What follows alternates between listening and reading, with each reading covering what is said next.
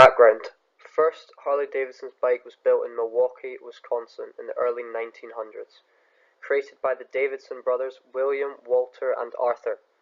The bike went through many refinements until 1903 when the Harley-Davidsons produced 3 of their bikes for sale. The revolutionary engine managed to reach speeds of 60 miles per hour, which was seen as impossible at the time, and by 1911 there were 150 other companies manufacturing this vehicle. World War I was a great selling advantage for the company, as all 20,000 of the company's machines were employed by the US infantry.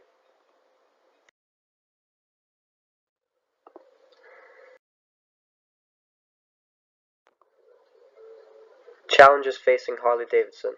When Matthew S. Levatich became the Chief Executive Officer of Harley-Davidson on May 1, 2015, he had to reverse a year-long sales decline.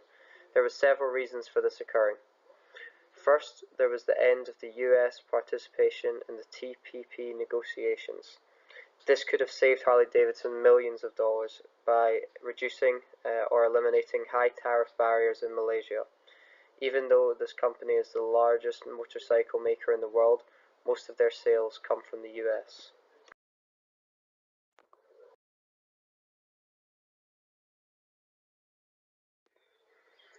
Continued challenges facing Harley-Davidson. After the 2016 US presidential election, where Trump came to power, many CEOs have had problems through social media posts. In particular, Twitter, from the president himself. @POTUS is a Twitter account that has cost companies billions and lost market capitalization. An example is Ford, who had to cancel their plans to build a new assembly plant in Mexico because of a tweet from @POTUS. Therefore, a potential challenge for Harley-Davidson could be deciding to build a new plant overseas, but a tweet could potentially lose billions in market value.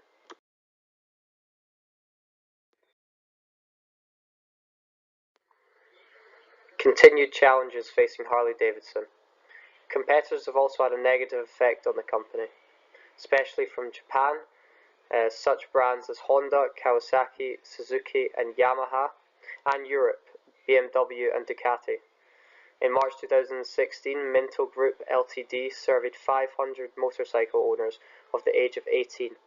They asked what motorcycles they would like to have next, and even though Harley-Davidson came first, they came second in current percentage of ownership, with Honda finishing first at 30% compared to Harley-Davidson at 29%.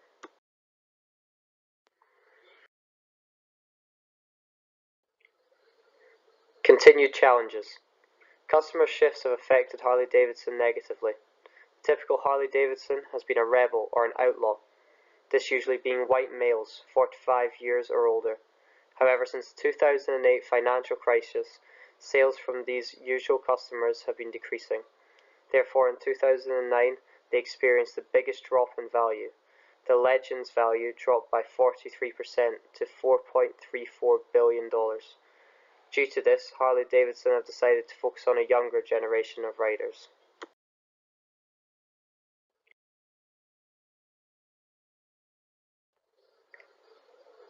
Opportunities facing Harley-Davidson. One opportunity for Harley-Davidson was appointing Levatich as the CEO in 2015. He is trying his hardest to increase sales and bring back the well-known brand of Harley-Davidson that everyone once knew. He has a lot of experience in this field, as he was an engineer and holds a degree in engineering management and an MBA in marketing, finance, and organizational behavior. This clearly shows that he is more than qualified for this job and could be Harley-Davidson's savior.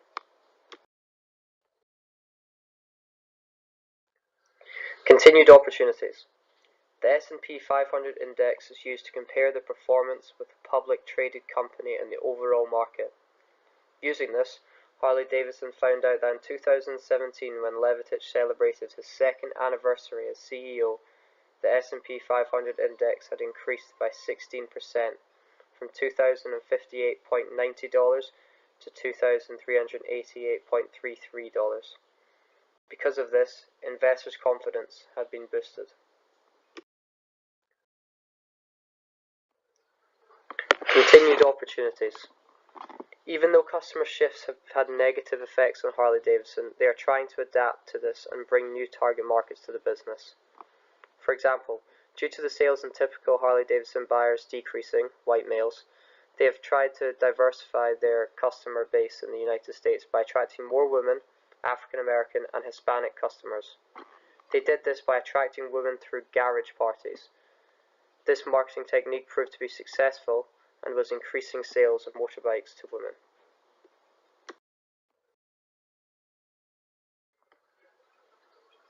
Global and domestic context facing the CEO.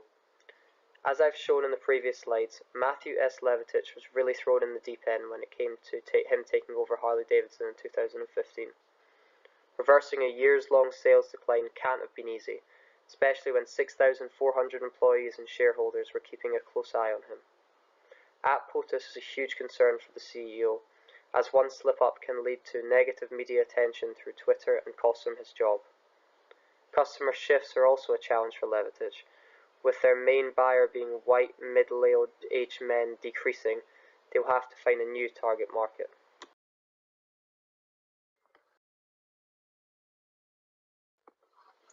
Foreign policies affecting Harley-Davidson. Throughout this presentation, I've showed that there are several ways in which foreign policies have been a disadvantage towards this company. Tariffs are also a huge concern for him. For example, in Malaysia, tariffs are costing them millions of dollars. Not only this, but foreign policy is affecting Harley-Davidson through their competition. Companies from Japan, especially Honda, Kawasaki, etc., and Europe, BMW and Ducati, are causing Harley-Davidson problems. Doing some research, I found out that most of these competitors sell their bikes cheaper than Harley-Davidson. This being the reason the younger population more often own a Honda than a Harley-Davidson.